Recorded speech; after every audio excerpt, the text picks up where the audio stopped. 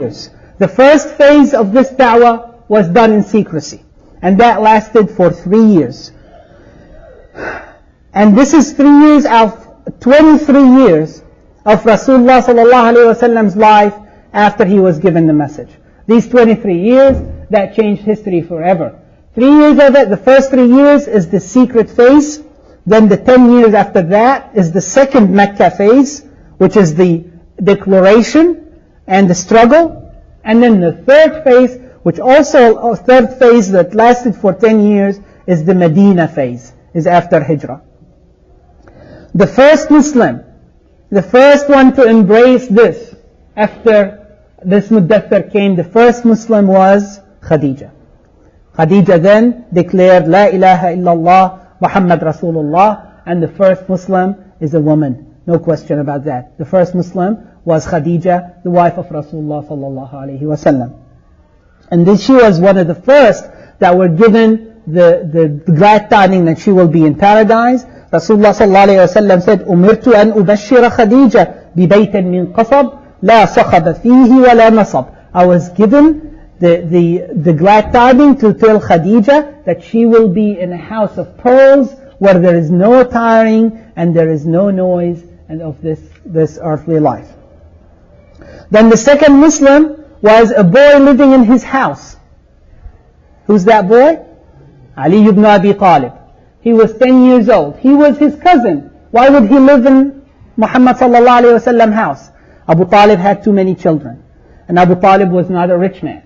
And then Abu Talib couldn't provide for his children. We talked about that. And then all the tribe of Bani Hashim came to Abu Talib. His brothers, his nephews, his cousins said, "Can we take some of the children away from you?" And Abu Talib said, "In taraktum aqilan faf'alu." If you leave Aqil, his eldest child, to him, then take the rest of him. And Rasulullah sallallahu alayhi wasallam, for the destiny from Allah to Ali, he was raised in the house of Rasulullah sallallahu alayhi wasallam, and he never ever prostrated or worshipped an idol. And that's why we say, Aliyun karramallahu wajha. Allah subhanahu wa ta'ala saved his face from worshipping idols. Then the third Muslim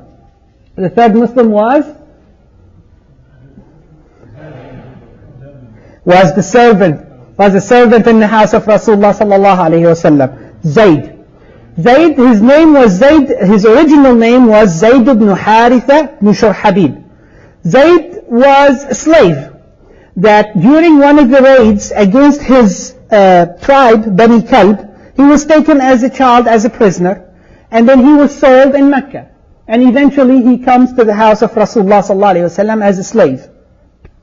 But he was from a very rich family in his tribe, and a very noble family in his tribe, Zayd ibn Haritha. His father later on knew where Zayd was. So they bring the money, they bring what they think is enough to get Zayd back, and they came to the house of Rasulullah sallallahu alayhi wasallam, and Haritha ibn Shurhabil, father of Zayd, sat with Rasulullah sallallahu alayhi wasallam, said, "Ya Muhammad, you know who we are, and we know who you are. You are a generous man, and you know that we are nobility in our people. We will not accept that our son would be a servant in your house, will be a slave in Quraysh. Whatever money you want, it's for you. How much do you want for Zayd? And we will give it to you, and we'll take him peacefully." And then Rasulullah sallallahu alaihi wasallam said, "No, I will give you a better offer if you would accept it. I will give Zayd the freedom to either go with you with no money at all, or stay in my house if he wanted to." And Haritha said, "Wallahi, I was not disappointed in you. You're more generous than I ever thought. So you're going to give him to me for free?" He said, "No, we'll give him the choice." So of course, would anybody choose slavery than coming back to his father's house? "Come here, Zayd. You have the choice of either coming with me or staying with Muhammad." And he said, "Wallahi la akhtaru ala Muhammadin ahadan abada." I will not choose anybody over Muhammad.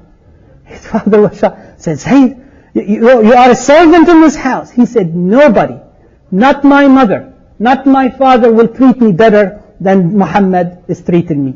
And then Muhammad sallallahu alayhi wasallam, and this was before Islam, to give him a stature and to satisfy his father, he said, "He is not my slave, he is not my servant."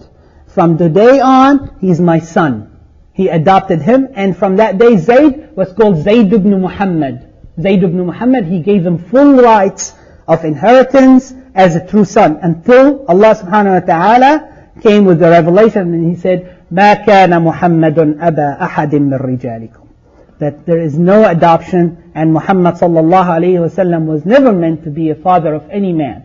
None of his children reached manhood. All his children died before puberty. And this is the destiny of Allah. All the male children, jazakallah, min rijalikum. None of the men. None of the men. So this is the third Muslim. Then the fourth Muslim was his friend, Abu Bakr, Abdullah ibn Abi Quhafa. Abu Bakr as-Siddiq was the fourth, those were the first man outside the house of Rasulullah sallallahu alayhi wa sallam to become a Muslim. In al-Bukhari, Rasulullah sallallahu alayhi wa sallam talked to Umar and in a long hadith, and within that hadith about Abu Bakr, Rasulullah sallallahu alayhi wa sallam said to Umar, إِنَّ اللَّهَ بَعَثَنِي إِلَيْكُمْ. Allah subhanahu wa ta'ala sent me to you. فَقُلْتُمْ كَذَبْتَ. Everybody said liar for the first time. إِلَّا أَبَا بَكْرٍ.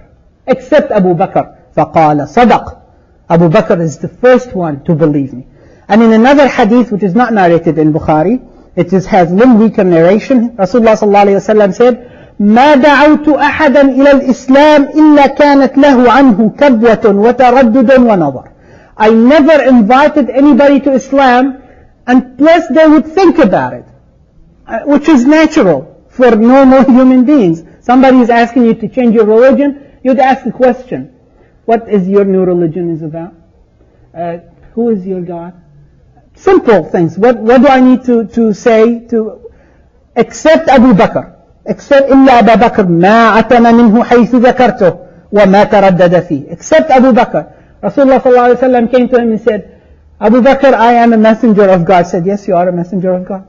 Said, أشهد أن لا إله إلا الله وأشهد أن I witness that you are a messenger of God. No hesitation. He didn't even think about it.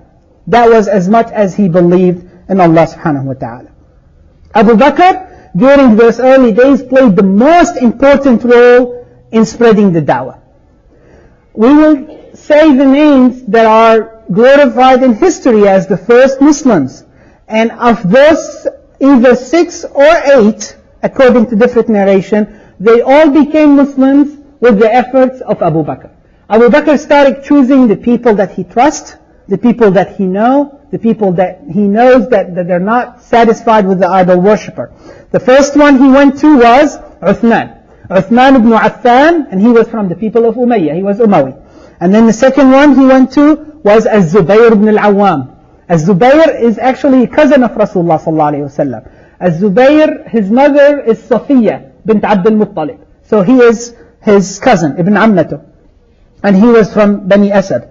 And then Abd al-Rahman ibn Auf wa Sa'd ibn Abi Waqqas. They were both from Bani Zahra. If you remember, Bani Zahra are the tribe of Amina bint Wahab, the mother of Rasulullah sallallahu alayhi wa sallam. So they were from his mother's family.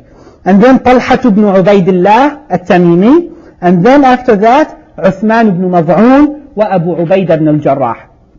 And then just to count some of these names that we will go on for later on. Abu Salama ibn Abd al-Asad. Abu Salama is the husband of Salama. When he migrated to Habasha and then he left his wife, she later became the wife of Rasulullah sallallahu alayhi wa sallam. May Allah be pleased with all of them. And then later on, Al-Arqam ibn Abi al-Arqam from the tribe of Makhzum. And Al-Arqam ibn Abi al-Arqam is important because he offered his house to become the place that new Muslims would meet in the house of Al-Arqam ibn Bani Abi al-Arqam.